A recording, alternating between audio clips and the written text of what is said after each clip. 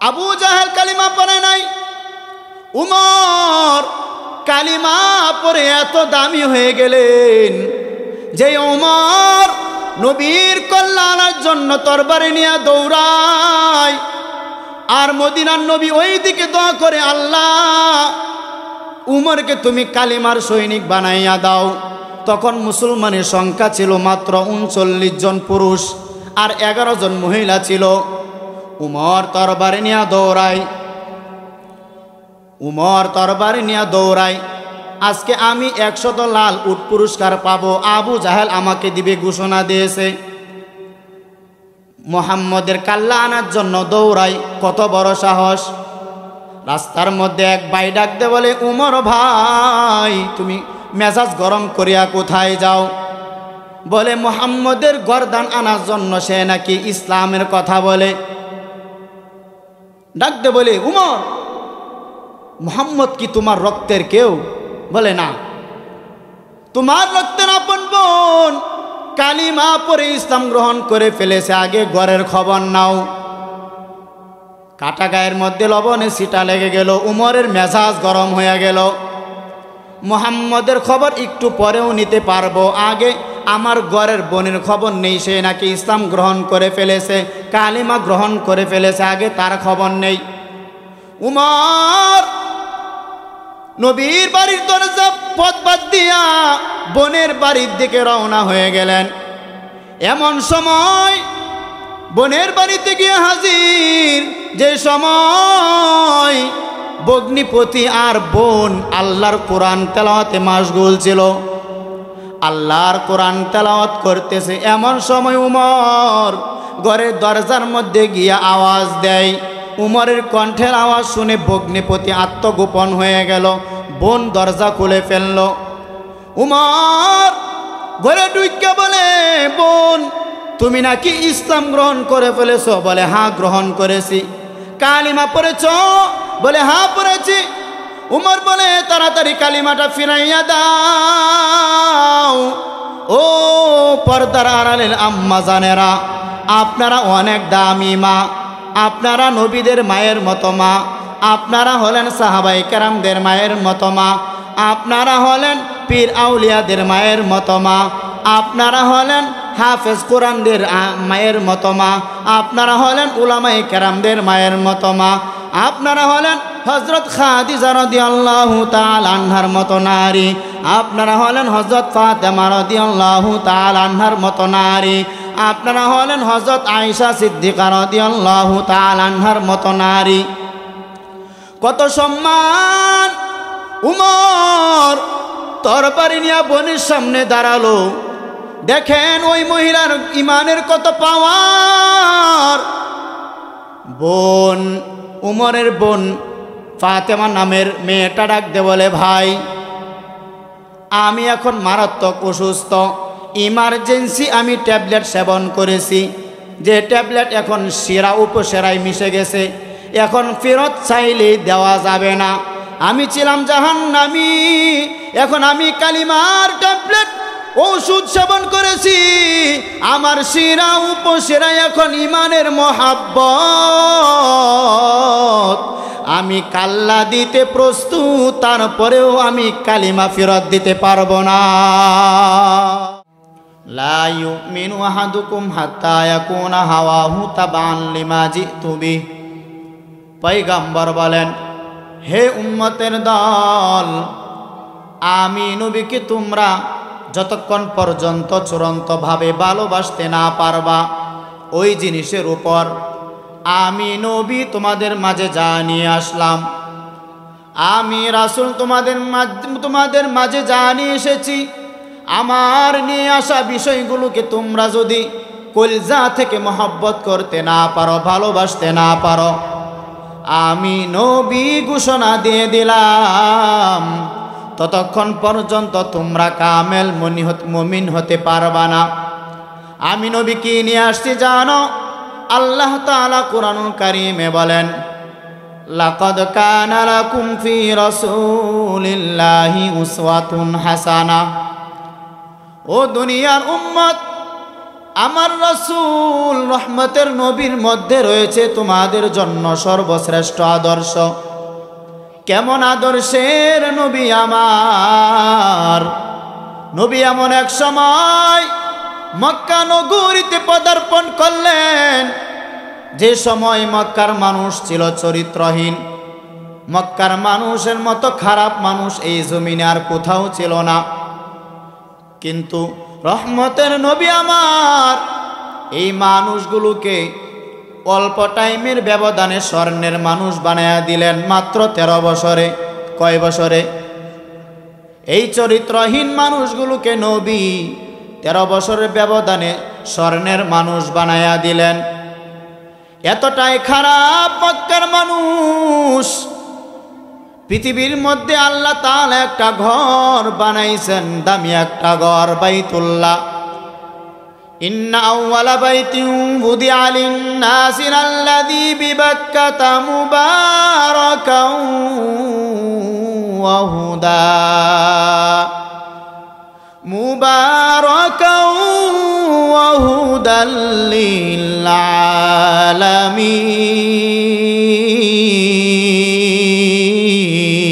আলামিন। এ কালামে জিন্দা কুরআনে হাকিম, হিকমতে উলায়া জালাস্তু কদিম, জামিউল ইলমি ফিল কুরআনে হাকিম, তাকাসারাত আনহু আফহামুর রিজালি, বাকা কুরআন কালামুল্লাহ বসুনো কদিমাস্তি কদিমাস্তি নয়ন। পৃথিবীর মধ্যে সর্বশ্রেষ্ঠ একটি ঘর, ইবাদতের ঘর, হেদায়েতের ঘর। কত বড় নিকৃষ্ট চরিত্রহীন মক্কার মানুষ, যে ঘরের দিকে তাকাইয়া থাকলেই শুধু সওয়াব, যে ঘরের আঙ্গিনায় 1 রাকাত নামাজ আদায় করলে 1,00,000 রাকাত নামাজের সওয়াব। কিন্তু এই চরিত্রহীন মানুষগুলো নারী আর পুরুষ একসাথে উলঙ্গ হইয়া বাইতুল্লাহ তওয়াফ করে, নাউজুবিল্লাহ। এতটাই খারাপ, কিন্তু নবী এই চরিত্রহীন মানুষগুলোকে মাত্র 13 বছরের ব্যবধানে দামি বানায়া দিলেন। আল্লাহ তাআলা জিব্রাইল আমিনকে ডাক দিয়ে বলেন, ও জিব্রাইল, এই যে একটা লিস্টি দিয়া দিলাম, আমার পয়গম্বরের কাছে গিয়া পৌঁছায়া দাও। এই লিস্টির ভিতরে কয়েকজন সাহাবার নাম আছে, আমার নবীকে জানাইয়া দাও। আপনার হাতে গড়া সাহাবায়ে কেরামদের মধ্য থেকে যাদের নাম এই লিস্টির ভিতরে আছে, এরা সবাই বিনা হিসাবে জান্নাতি। কার কার নাম আছে আপনাদের জানা আছে? 10 জন সাহাবার নাম ওপেন চলে আসলো, যাদের নাম আসে নাই তারাও জান্নাতি। অতএব সাহাবায়ে কেরামদের বিরুদ্ধে কথা বললে, ইশারা ইঙ্গিতে লেখলে বা বললে, যারা বলবে এরা হলো সবাই ভণ্ড, এদেরকে যারা ভণ্ড বলবে না তারাও ভণ্ড।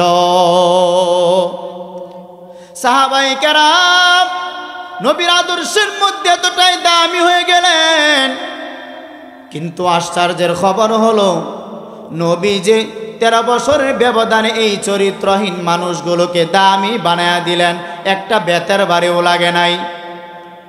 এর থেকে আরো আশ্চর্যের খবর হলো নবী জিন্দেগিতে একটা মিথ্যা কথা বলেন নাই।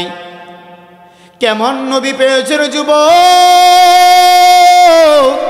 ওই নবীকে চিনতে পারলা না রে বাবা, যেই নবীর জন্য গোটা মাখলুকাত বড় আশিক। এমন কি তোমার আমার আল্লাহ তিনিও বলেন, ও দুনিয়ার মানুষ, এই জমিনের মধ্যে আমার কিছু বিশেষ বন্ধু রয়েছে। ইব্রাহিম নবী আমার বন্ধু, মুসা নবী আমার বন্ধু, দাউদ নবী আমার বন্ধু, সুলাইমান নবী আমার বন্ধু, নূহ নবী আমার বন্ধু, ইসমাইল নবী আমার বন্ধু, আখিরি নবী হযরত মুহাম্মদ সাল্লাল্লাহু আলাইহি ওয়াসাল্লাম তিনিও আমার বন্ধু। তবে ব্যবধানটা কি জানো? দুনিয়ার সমস্ত নবী রাসূলগণ আমি আল্লাহ তাআলার বড় আশিক, আর আমি আল্লাহ নিজেই হলাম মুহাম্মদের আশিক।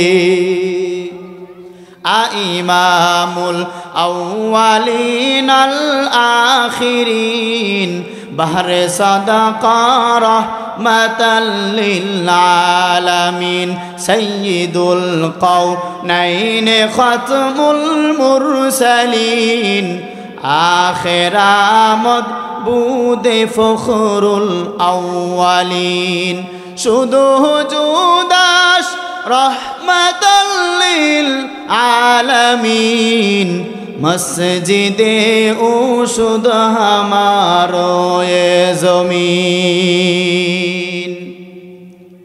দুনিয়ার সমস্ত নবী রাসূলগণ কার আশিক? আল্লাহর আশিক।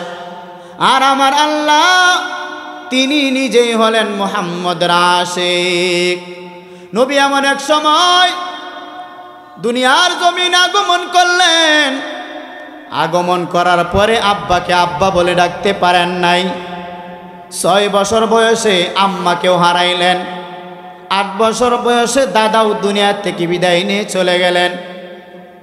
বংশের মানুষ নবীর দুশমন। সমাজের মানুষগুলো এতটাই খারাপ, আপন পিতা আপন সন্তানকে কন্যাকে হত্যা করে ফেলে, জিন্দা দাফন করে ফেলে। কিন্তু নবী আমার জীবনে একটা মিথ্যা কথা বলেন নাই।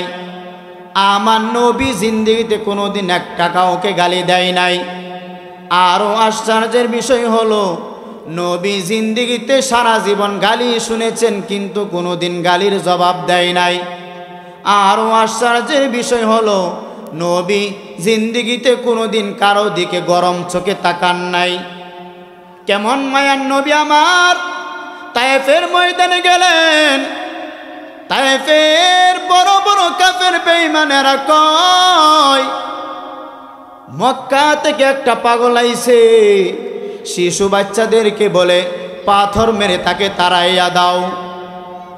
যেই রহমাতুল লিল আলামিনের গায়ে মশা পড়ে না, মাছি পড়ে না, হারাম। কাফের ছোট ছোট বাচ্চাগুলো নবীর শরীরে এমনভাবে পাথরের কণা নিক্ষেপ করে মনে হয় বৃষ্টি পড়তেছে। মক্কার কাফের এমনভাবে নবীকে আঘাত করে, রহমাতুল লিল আলামিন তার শরীর থেকে রক্ত মুবারক জমিনে পড়ে গেল। তার পায়ের সাথে জুতা মুবারক লেগে গেল। রহমাতুল লিল আলামিন চোখের পানি ছেড়ে কাঁদেন, আর ফিরে ফিরে মক্কার দিকে তাকা। আল্লাহ তাআলা রহমাতুল লিল আলামিনের কান্না সহ্য করতে পারেন না, বরদাস্ত করতে পারেন না। জিব্রাইলকে ডাক দিয়ে বলেন, ও জিব্রাইল তাড়াতাড়ি যাও, তায়েফের মানুষদেরকে উল্টায়া দাও, ধ্বংস করে দাও। জিব্রাইল আমিন হাজির। আয়েশা বলে, ইয়া রাসূল, আপনার কান্না আল্লাহ বরদাস্ত করতে পারেন না। আপনাকে কাফেররা এমনভাবে পাথর দিয়ে আঘাত করেছে, আপনার শরীর থেকে রক্ত বের হয়ে গেছে। আপনি যদি অনুমতি দেন তাহলে তায়েফবাসীদেরকে উল্টায়া দেব, সব ধ্বংস করে দিব। কেমন মায়ার নবী আমার! নবী রাখতে বলে, ও জিব্রাইল ভাই, আমি অনুমতি দিব না, কারণ এ তায়েফের মানুষ জানে না আমি আব্দুল্লাহর ছেলে, বড় এতিম। এই তায়েফের মানুষ জানে না আমি বড় এতিম। তারা জানে না আমার মা নাই, আমার বাবা নাই। তারা যদি জানতো আমার মা নাই, বাবা নাই, তাহলে তারা কোনোদিন আমার গায়ে পাথর নিক্ষেপ করতো না। ও জিব্রাইল ভাই, তুমি তাদেরকে মাইরো না। ওই নবী আমাদের মাঝে উত্তম আদর্শ রেখে গেলেন। ওই নবী ডাকতে বলেন, ও দুনিয়ার উম্মতেরা, আমি তোমাদের মাঝে চ্যালেঞ্জ করে গেলাম, তোমরা এমন একটা সময় পাইবা যেই সময় আমি নবী দুনিয়ার জমিনে থাকবো না। ওই সময় তোমরা কিভাবে জান্নাতের পথে আগাইবা আমি নবী তোমাদের মাঝে দুইটা জিনিস শিখে গেলাম, এই দুইটা জিনিসকে যদি আঁকড়াইয়ে ধরো, আমি নবী চ্যালেঞ্জ করে গেলাম, জিন্দেগিতে কোনোদিন তোমরা পথভ্রষ্ট হইবা না, জিন্দেগিতে কোনোদিন তোমরা অপমানিত হইবা না, লাঞ্ছিত হইবা না। এক নাম্বার, আল্লাহ তাআলার কোরআন আঁকড়াইয়া ধর। দ্বিতীয়টি হলো আমি রাহমাতুল লিল আলামিনের আদর্শকে আঁকড়াইয়া ধরো। আল্লাহ তাআলার জাতের কসম, আজকে তাকায়া দেখেন ১৫০০-এর বেশি সময় অতিবাহিত হয়ে গেল। আপনারা এই দেওয়ানাছড়া এলাকার মুসলমান যুবক ভাইয়ের আপনারা এখানে আসছেন বয়ান শোনার জন্য, আমিও আপনাদের মাঝে আসলাম বয়ান করার জন্য। এখানে আপনারা আমাকে দেখার জন্য আসেন নাই, বক্তাকে দেখার জন্য আসেন নাই, এখানে খানা খাওয়ার জন্য আসেন নাই, টাকার জন্য আসেন নাই। এই শীতের মধ্যে এখানে আসার একমাত্র কারণ হলো নবীর সুন্নতের মোহাব্বত আর কোরআনের আকর্ষণ। ঠিক ঠিক কিনা? ১৫০০-এর বেশি সময় অতিবাহিত হয়ে গেল। আজকে এই দুনিয়ার মধ্যে ইহুদি বেঈমান খ্রিস্টানরা ইসলাম বিরোধীরা একত্রিত হইয়া গেল। সুযোগ পাইলেই কোরআনের আওয়াজকে বন্ধ করে দিতে চা, সুযোগ পাইলেই কোরআনের আওয়াজ বন্ধ করে দিতে চা, সুযোগ পাইলে ইসলামের আওয়াজকে বন্ধ করে দিতে চা, মসজিদের মধ্যে তালা লাগায়া দিতে চা। এত মুসিবতের মাঝেও আল্লাহ তাআলার শুকর, আজকে যাদের ভিতরে নবীর আদর্শ আছে, আল্লাহর কোরআন আছে, এরা সবাই সারা দুনিয়াতে সম্মানের সাথে আছেন। ঠিক ঠিক কিনা? সারা দুনিয়ায় সম্মানের সাথে আছেন। এদের মতো সম্মানী আর কেউ নাই। ওই নবী এই দুনিয়াতে উম্মতের জন্য রহমত হয়ে আগমন করেছেন। আমার নবী দুনিয়ার জগতের জন্য উম্মতের জন্য রহমত স্বরূপ আগমন করেছেন। রাহমাতুল লিল আলামিন বলেন, আমি নবী এই দুনিয়াতে রহমত হয়ে আগমন করেছি, কারো ক্ষতি করার জন্য আমি আগমন করি নাই। আমার নবী দুনিয়ার জগতের জন্য রহমত, আমার নবী হাসর জগতের জন্য রহমত, আমার নবী রুহের জগতের জন্য রহমত, আমার নবী মায়ের গর্ভবর্তী জগতের জন্য রহমত, আমার নবী হাসর নাসর জগতের জন্য রহমত, আমার নবী কবর জগতের জন্য রহমত, আমার নবী জান্নাত ও জাহান্নাম জগতের জন্য রহমত, আমার নবী রুহের জগতের জন্য কেমনে রহমত ভিন্ন আলোচনা, আমার নবী দুনিয়ার জগতের জন্য কেমনে রহমত ভিন্ন আলোচনা, আমার নবী দুনিয়ার জগতের জন্য কেমনে রহমত, আমার নবী দুনিয়ার মুমিনের বেলায় যেমন রহমত, কাফেরের বেলাও আমার নবী রহমত, আমার নবী পুরুষের বেলায় যেমন রহমত, আলাদাভাবে নারীর বেলাও আমার নবী রহমত, আমার নবী জংলার মানুষের জন্য যেমন রহমত, আমার নবী জংলার পশু পাখির জন্য রহমত, আমার নবী দুনিয়ার গাছের জন্য রহমত, আমার নবী সমুদ্রের মাছের জন্য রহমত, আমার নবী দুনিয়ার সব কিছুর জন্য রহমত। ওই নবী আমাদের মাঝে উত্তম আদর্শ রেখে গেলেন। ও শ্রীপুরের এলাকার মুসলমান, ও যুবক বাবারা, বৃদ্ধ বাবাজিরা, ও পর্দার আড়ালের আম্মা জানেরা, ভালো করে শুনেন, ভালো করে বোঝার চেষ্টা করেন। নবীর আদর্শের রেখে যাওয়া আমল, নবীর সুন্নতের রেখে যাওয়া আমল, এইগুলো ইহুদিরা পালন করবে না। নবীর আদর্শের রেখে যাওয়া আমল কোনো খ্রিস্টান পালন করবে না, কোনো বেঈমান, কোনো নাস্তিক পালন করবে না। নবীর আদর্শের রেখে যাওয়া আমল, নবীর সুন্নতের রেখে যাওয়া আমল একমাত্র পালন করবে মুসলমান। কারা করবে? মুসলমান। আমরা মুসলমান বলে দাবি করি, কিন্তু মুসলমানিত্ব আমাদের মধ্যে নাই। নবীর উম্মত বলে দাবি করি, কিন্তু নবীর আদর্শ আমাদের মধ্যে নাই, নবীর সুন্নত আমাদের মধ্যে নাই। কেমন নবীর, কেমন উম্মত? নবীর আদর্শ মুসলমান হইয়া আজকে আমার আপনার ভিতরে নবীর আদর্শ নাই। কেমন উম্মত বলে দাবি করি, কেমন আল্লাহর বান্দা বলে দাবি করি। ও যুবক বাবারা, আল্লাহর জমিনে আল্লাহর হুকুম নবীর আদর্শকে বাস্তবায়ন করা, এটাই আমাদের দায়িত্ব। ঠিক কিনা?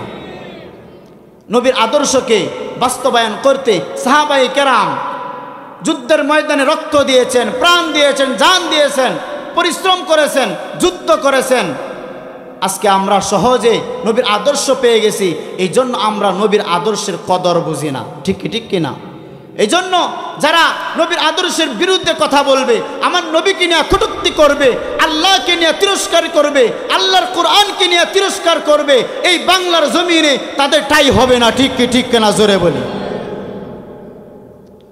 যারাই নবীর আদর্শের বিরোধিতা করবে, আল্লাহর হুকুমের বাইরে কথা বলবে, ইসলামের বিরুদ্ধে কথা বলবে, তোমরা তোমাদের ধর্ম পালন করবা, আমরা আমাদের ধর্ম পালন করব, এটাই ইসলাম, এটাই চা। আজকে এই বাংলার জমিনে ইসলাম যদি কায়েম হয়, ইসলামী রাষ্ট্র যদি হয়ে যায়, তাহলে কোনো ধর্মের উপর আঘাত আসবে না। আজকে এই 5 জুলাই হওয়ার পরে আজকে আমরা স্বাধীন করেছি, স্বাধীন করার পরেও মানুষ শান্তিতে আছে নাই। স্বাধীন হওয়ার পরেও আজকে মানুষ ধর্ষণের শিকার হচ্ছে, পিতার সামনে মেয়ে ধর্ষণ হচ্ছে, মানুষকে খুন করা হচ্ছে, গুম করা হচ্ছে। এইটা স্বাধীন না। আমরা এখন থেকে আবারও প্রস্তুত গ্রহণ করতে হবে, সামনে আরেকটা স্বাধীন করতে হবে, সেইটা হলো ইসলামের স্বাধীন। ঠিক কিনা? ইসলামকে স্বাধীন করি, প্রস্তুত হয়ে যাই। যারাই আমার মার সাথে, আমার বাবার সাথে আমার ঝগড়া থাকতে পারে, কিন্তু বাবাকে কেউ যদি গালি দেয় তাহলে তাকে ছাড় দেওয়া যাবে। ঠিক ততরূপ আমি মুসলমান, আমি নামাজ পড়ি না, একবেলা নামাজ পড়ি, রমজান মাসে 30 রোজার মধ্যে 5টা রাখি, 10টা 20টা রাখি না, আল্লাহর হুকুম তেমন পালন করতে পারি না, সুদ খাই, ঘুষ খাই, তারপরেও আমরা মুসলমান। নবীর আদর্শের বিরুদ্ধে যারা কথা বলবে, আল্লাহর হুকুমের আইনের বিরুদ্ধে যারা কথা বলবে, আমরা এক হয়ে এই বাংলার জমিনে, আল্লাহর জমিনে উলামায়ে কেরামের ডাকে সাড়া দিতে, জীবন দিতে, রক্ত দিতে কে কে প্রস্তুত আছি? 2 হাত তুলে দেখায়া দেই। আল্লাহ তুমি আমাদের হাতকে কবুল করো, এই বাংলার জমিনে ইসলামকে তুমি কায়েম করো। সকলে বলে আমিন। ভাইরা আমার, কেমন মুসলমান আমরা? মুসলমান বলে দাবি করি, অথচ নবীর আদর্শ অনুযায়ী মাথার মধ্যে চুল নাই, নবীর আদর্শ অনুযায়ী গালের মধ্যে দাঁড়িয়ে নাই, ব্যক্তিগত জীবনও নবীর আদর্শ নাই, পারিবারিক জীবনও নবীর আদর্শ নাই। এরে নবীর আশিক, অথচ নিজেকে মুসলমান বলে দাবি করতেছি। কেমন নবীর কেমন উম্মত আমরা, অথচ ওই নবীর আদর্শ দেখে হাজারো বেঈমান কালিমা পড়ে ইসলাম গ্রহণ করে ফেলেছে। ঠিক না? আবু জাহেল কালিমা পড়ে নাই, উমর কালিমা পড়ে এত দামি হয়ে গেলেন যে উমর নবীর কল্যাণের জন্য তরবারি নিয়ে দৌড়ায়, আর মদিনার নবী ওই দিকে দোয়া করে, আল্লাহ উমরকে তুমি কালিমার সৈনিক বানাইয়া দাও। তখন মুসলমানের সংখ্যা ছিল মাত্র 39 জন পুরুষ আর 11 জন মহিলা ছিল। উমর তরবারি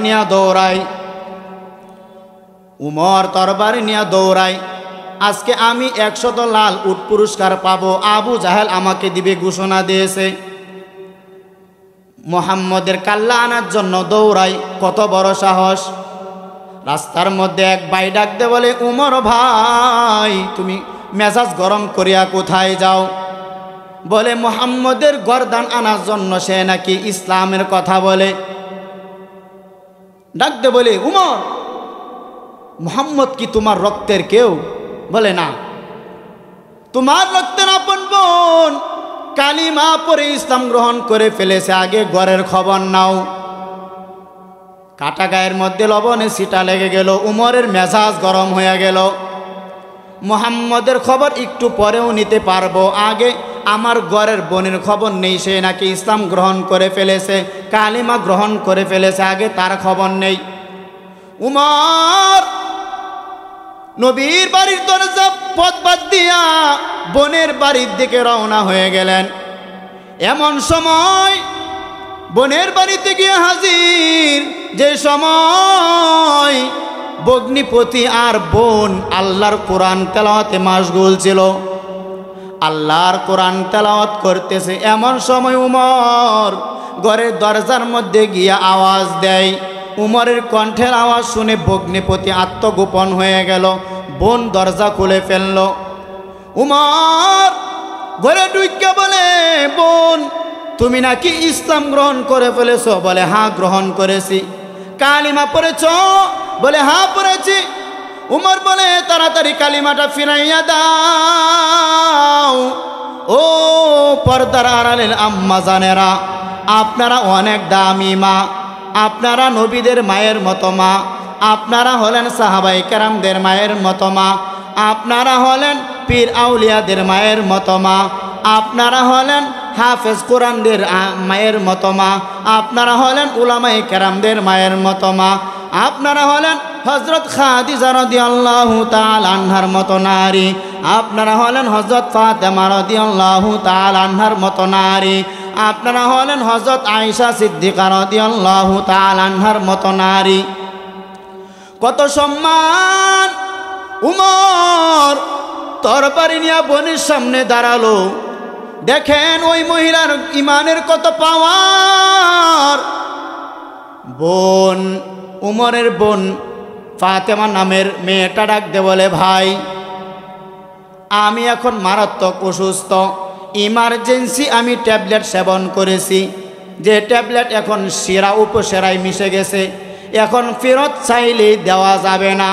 আমি ছিলাম জাহান্নামী, এখন আমি কালিমার ট্যাবলেট ওষুধ সেবন করেছি, আমার শিরা উপশিরায় এখন ইমানের মহাব্বত, আমি কাল্লা দিতে প্রস্তুত, তারপরেও আমি কালিমা ফেরত দিতে পারবো না, কালিমা ফেরত দিতে পারবো না। উমর মেজাজ গরম করিয়া তরবারিটা বের করে উল্টা পিঠ দিয়া বোনের নরম শরীরে আঘাত, বোনের নরম শরীরে আঘাত করে এমনভাবে রক্ত বের হয়ে যায়, জমিনে রক্ত পড়ে গেল। বোন জমিনে গড়াইয়া গড়াইয়া কাঁদে আর বলে, ভাই তুমি জানো আমার মা এখানে নাই, আমার বাবা নাই, আজকে এখানে যদি আমার মা থাকতেন তাহলে আমার গায়ে একটা ফুলের টোকাও লাগতে দিতেন না। যেহেতু তুমি আমার বড় ভাই মারতেছো, মনের জাল মিটাই আমারও। তবে শুনে রাখো ভাই, আমার কালিমা যেই জায়গায় গিয়া পৌঁছেছে, তোমার তরবারের আঘাত ওই জায়গায় কখনো পৌঁছবে না। উমরের মনটা কেমন যেন মায়া লেগে গেল। কারণ দেখবেন, মা বাবা যখন সন্তানকে আঘাত করে, প্রহার করে, উস্তাদ যখন সন্তানকে আঘাত করে, প্রহার করে, যখন একটু জোরে মার দেয় তখন সন্তান কান্না করে। সন্তানের কান্না দেখে মাও বাবাও গোপনে কান্না করে, ঠিক না? ছাত্রের কান্না দেখে উস্তাদেরও মায়া লেগে যা, কান্না করে। ছোটবেলায় যখন আমার মা আমাকে এত জোরে আঘাত করেছে, প্রহার করেছে, ব্যথাঘাত, আমি দৌড়াইয়া ঘরের পিছনে বাগানে গিয়া দাঁড়াইয়া দাঁড়াইয়া কান্না করি। সন্ধ্যা হয়ে গেল আর বারবার ঘরের দরজার দিকে তাকাইয়া থাকি। ছোট ভাই ভাই বোনেরা এসে ডাকতে বলে, ভাই কাঁদবেন না, তাড়াতাড়ি বাড়িতে চলুন, আমার কান্না থামে না। ভাই বোনেরা ঘরের ভিতরে গিয়া বলে, আম্মু ভাই ওইখানে দাঁড়াইয়া কান্না করতেছে, সন্ধ্যা হয়ে গেল, ভাইকে নিয়ে আসেন। আম্মা যান হঠাৎ দেখি ঘর থেকে বের হইয়া চোখের পানি মুছে আর আমার কাছে এসে মায়ের আঁচল দিয়ে আমার চোখগুলো মুছে দেয় আর বলে, বাবা তুমি কাঁদবা না, তাড়াতাড়ি তুমি বাড়িতে চলো, আর তোমাকে মারব না। এর যুবক সন্তান, ওই মা সন্তানের জন্য কত কষ্ট করে, 10 মাস 10টা দিন সন্তানের জন্য কষ্ট করেন কি করেন না? 10 মাস 10টা দিন গর্ভে ধারণ করে, মা ঠিক মতো খাইতে পারেন না, মা ঠিক মতো ঘুমাইতে পারেন না। মা যখন খাবারে প্লেট নিয়ে সামনে বসে খাবার দিবে, এমন সময় পেটে ব্যথা শুরু হইয়া যা। আম্মা যান বিছানায় গিয়ে ঘুমাইতেও পারেন না, হঠাৎ পেট ব্যথা মাথা ব্যথা শুরু হয়ে যায়। এরপরও আম্মাজান মোটেও বেজার হয় না, বরং জিহ্বাটা নাড়াইয়া নাড়াইয়া আল্লাহর কাছে বলি, দয়ার মালিক, আমি জানি আমার গর্ভে সন্তান, ওর কষ্টটা আমি মেনে নিলাম, তারপরও আমি চাই আমার সন্তানটাকে আদর্শওয়ালা বানাইয়া দাও। এরে যুবক সন্তান, ওই মা সন্তানের জন্য কত কষ্ট করেন।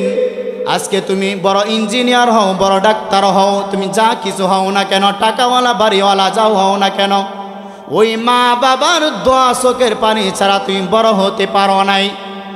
আজকে তুমি বড় ইঞ্জিনিয়ার হইয়া, বড় ডাক্তার হইয়া, বড় অফিসার হইয়া ওই মা ঠিক মতো খানা খাইতে পারেন না, মার কোনো খবর নাও না।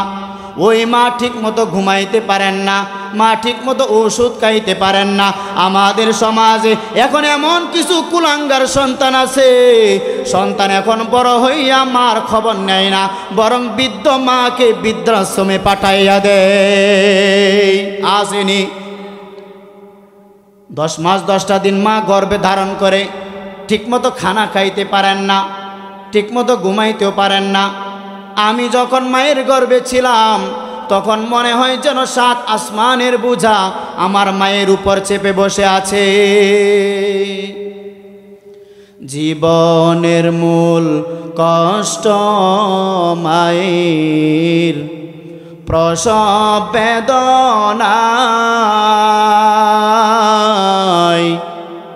7 আসমান 7 জমিন তখন মায়েরই মাথায়। জীবনের মূল কষ্ট মায়ের, প্রসব বেদনায়, 7 আসমান 7 জমিন তখন মায়েরই মাথায়। এমন মাকে কেমনে আজি, এমন মাকে কেমনে আজি যাব আমি ভুলিয়া। ও আমার প্রাণের মা, মা গো মা, কোথায় গেলে মোর চারিয়া। জনম দুঃখী ইয়াতীম আমি, চাই না কেহ ফিরিয়া। আমি যখন ছিলাম আমার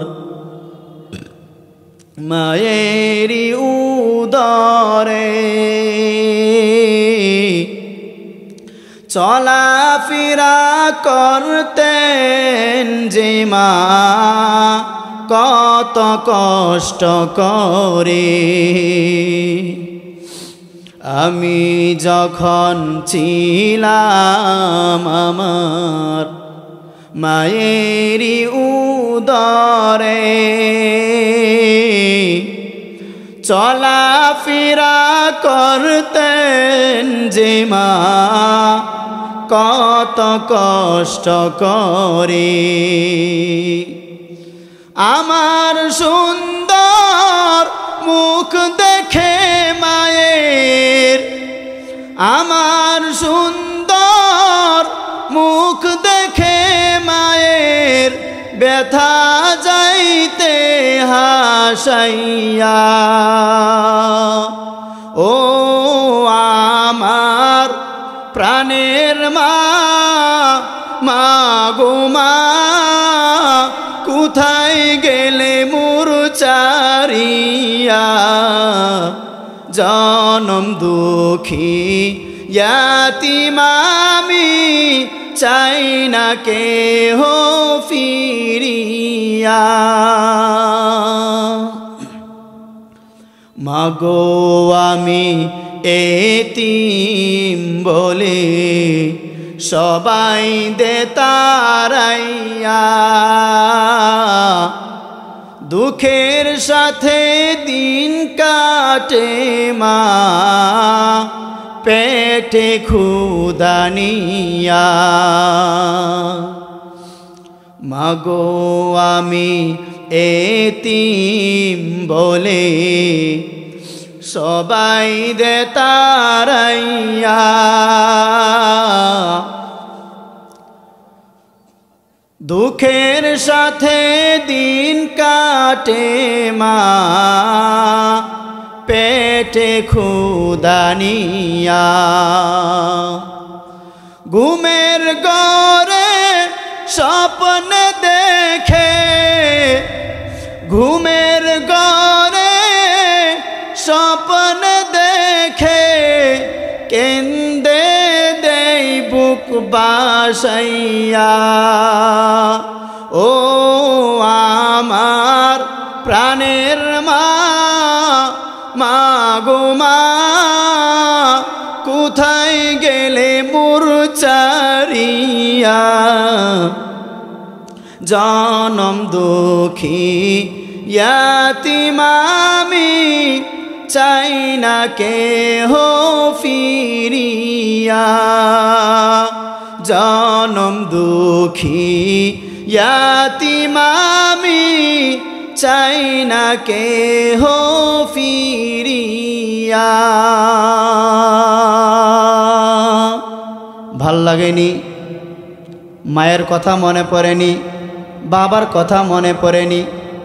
এরে নবীর আশিক উমর তার বোনের জবান দিয়া যখন এই কথাগুলো শুনল, উমরের দিলটা নরম হইয়া গেল। উমর তরবারি হাত থেকে ফালাইয়া বলে, ও বোন, তুমি আর কাঁদবা না, তোমাকে আর মারব না।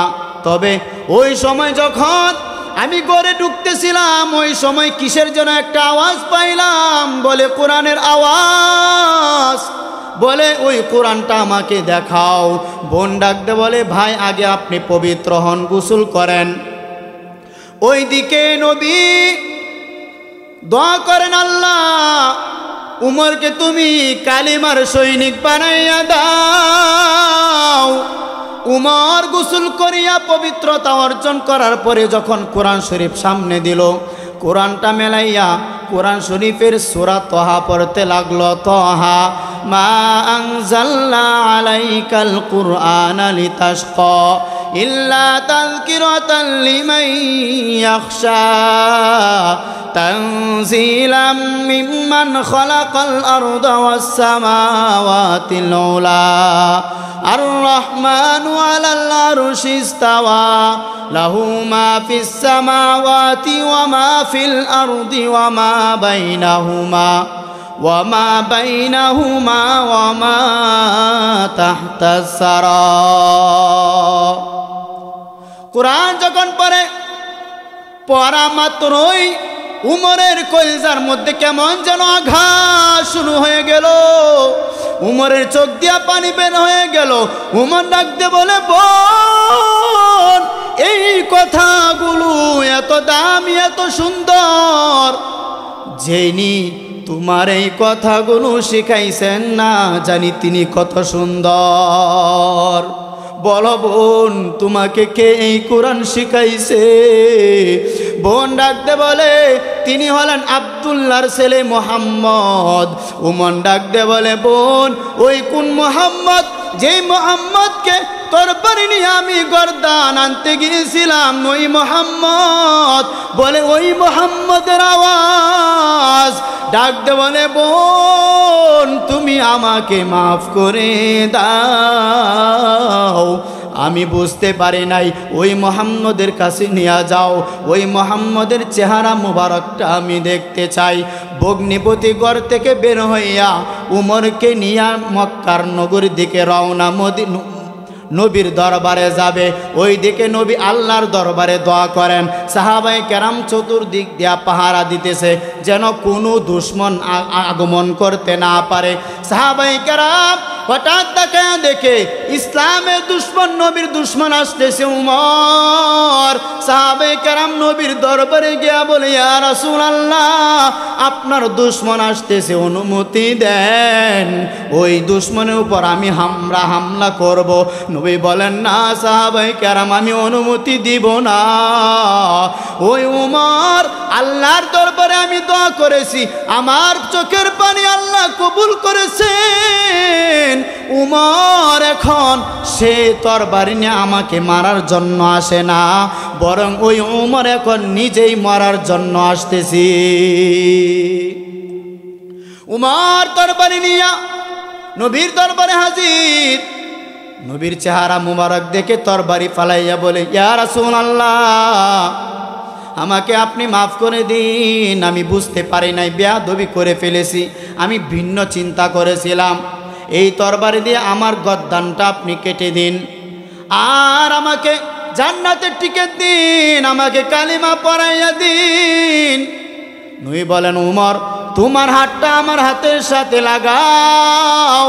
উমর যখন নবীর হাতের সাথে হাতটা লাগাইল, লাগানোর সাথে সাথে আল্লাহ তাআলা উমরের ইমানের মধ্যে এত পাওয়ার আল্লাহ দিলেন।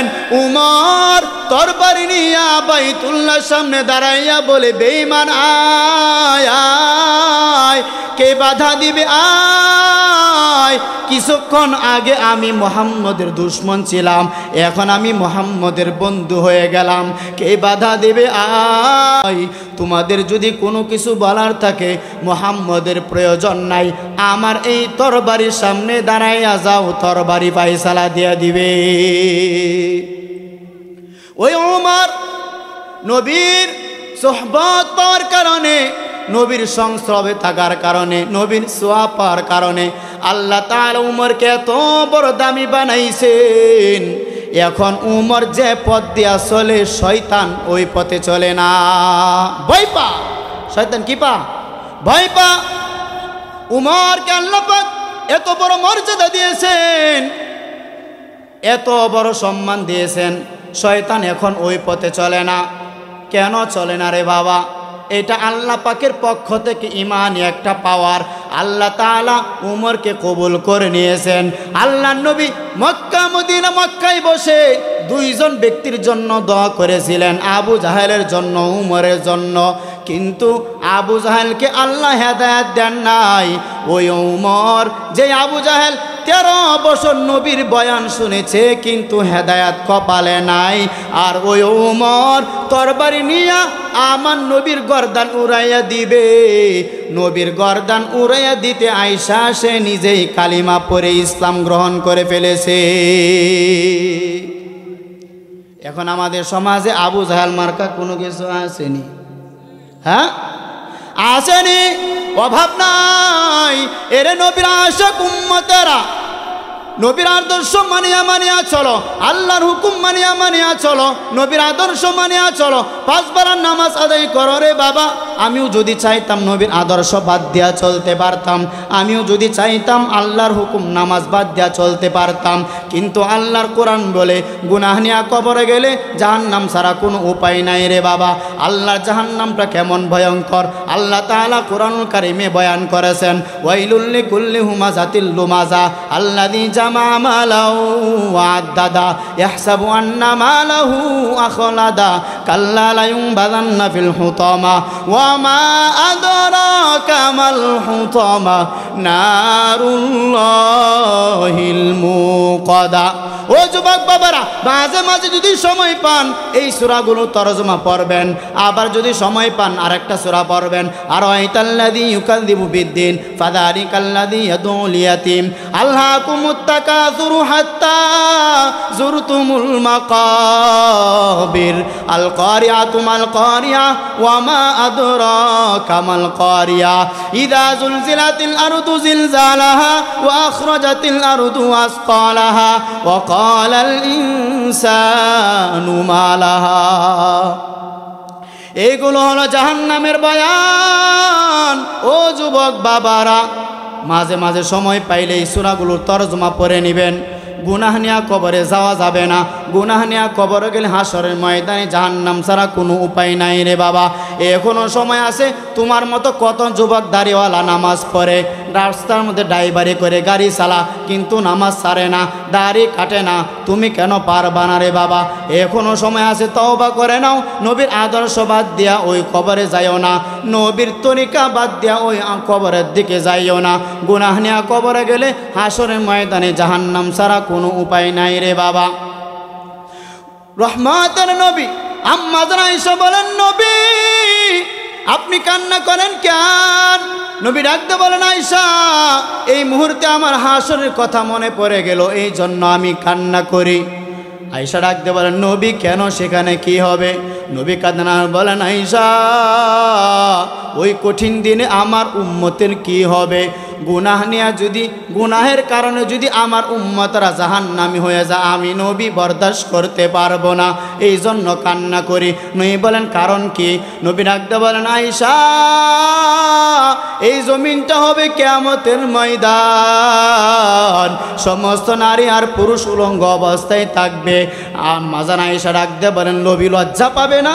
নবী ডাকতে বলেন, আয়েশা সমস্ত নারী আর পুরুষ কিয়ামতের ময়দানটা এমন অবস্থা হবে, এমন বড় ভয়ঙ্কর, এমন বড় কঠিন, সমস্ত নারী আর পুরুষ উলঙ্গ অবস্থায় থাকবে, মাথার উপর সূর্যের গরম, ওইদিকে জমিনটা তামা, অন্যদিকে জাহান্নামের আওয়াজ, আবার একদিকে আমার মালিকের রাগান্বিত আওয়াজ, লিমানিল মুলকুল ইয়াউম লিল্লাহিল ওয়াহিদিল কাহ্হার। আমার মাওলা পাক যখন রাগান্বিত আওয়াজ দিবেন, হাসরের ময়দানটা থরথর করে কেঁপে উঠবে। আম্মা জান আয়েশা বলেন, নবী ডাকতে বলেন, নবী ডাকতে বলেন, আয়েশা এই কিয়ামতের ময়দানে এমন হবে আয়েশা জানোনি, সমস্ত নারী উলঙ্গ, সমস্ত পুরুষেরা উলঙ্গ, কেউ কারো দিকে তাকানোর সময় হবে না, এমন অবস্থা হবে আয়েশা জানোনি।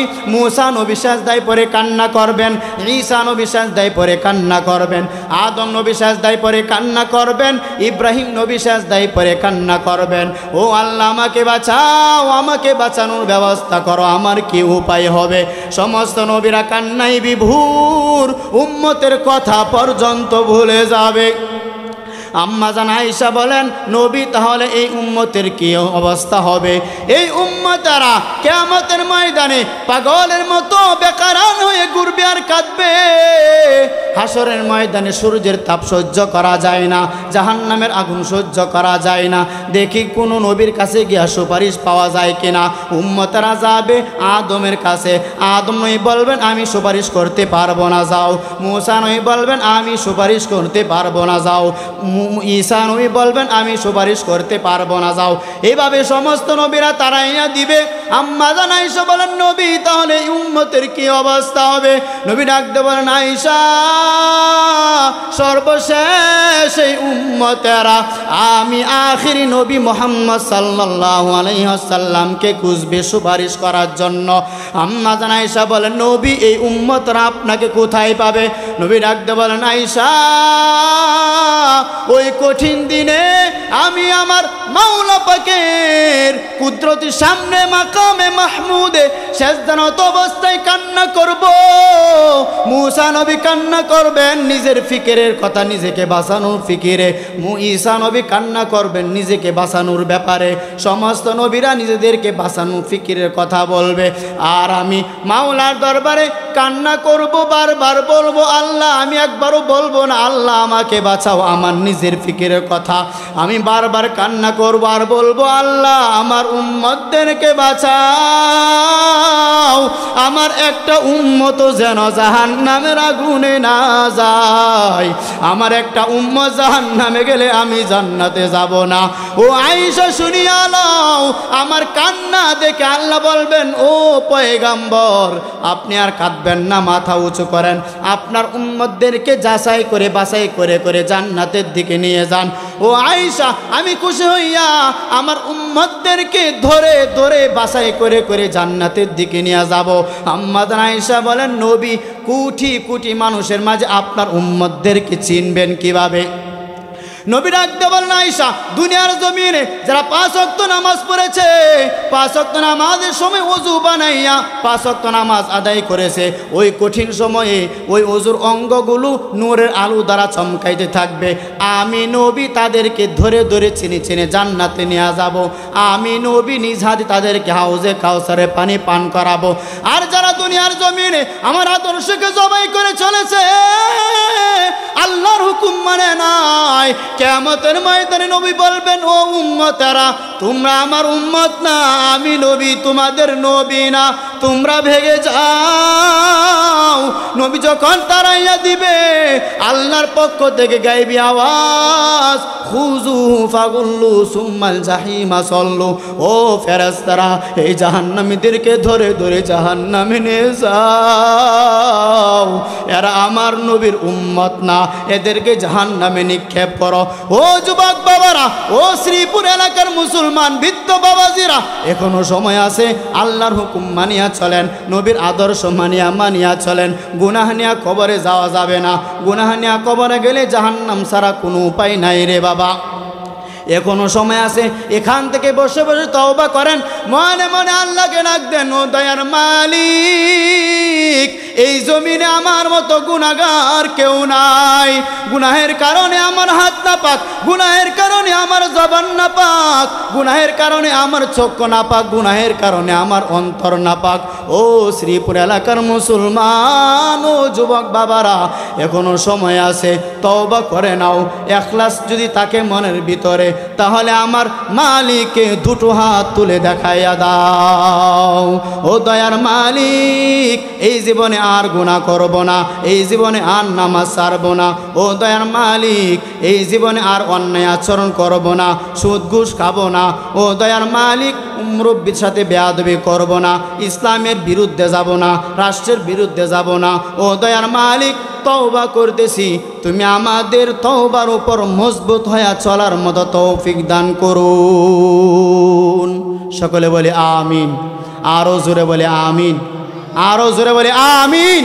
আল্লাহর জমিনে আল্লাহর আদর্শকে কায়েম করতে যদি রক্ত দিতে হয় রক্ত দিব, যুদ্ধের মধ্যে যদি যেতে হয় যুদ্ধের ময়দানে যাব, যদি প্রাণ দিতে হয় প্রাণ দিব। শরীরের এক ফোঁটা রক্ত থাকতে যারা আমার নবীকে নিয়ে কটূক্তি করবে, আল্লাহকে নিয়ে কটূক্তি করবে, এখন কিছুদিন আগে আপনারা শুনেছেন আউল বাউল কিছু ভাই বের হয়েছে, আমরা তাদের বিরুদ্ধে এই পর্যন্ত কোনো কথা বলি না। তারা বাউল গান করে, তারা করুক, কিন্তু যখন ইসলামের ভিতরে আঘাত লাগবে, আল্লাহর শানে কথা বলবে, কোরআনের শানে কথা বলবে, নবীর আদর্শের শানে কথা বলবে, তখন আমরা আর তাদেরকে ছাড় দিতে পারবো না। ঠিক না? এই জন্য মুসলমান ভাইয়েরা, আপনারা নবীর আদর্শ মানবেন তো ইনশাল্লাহ?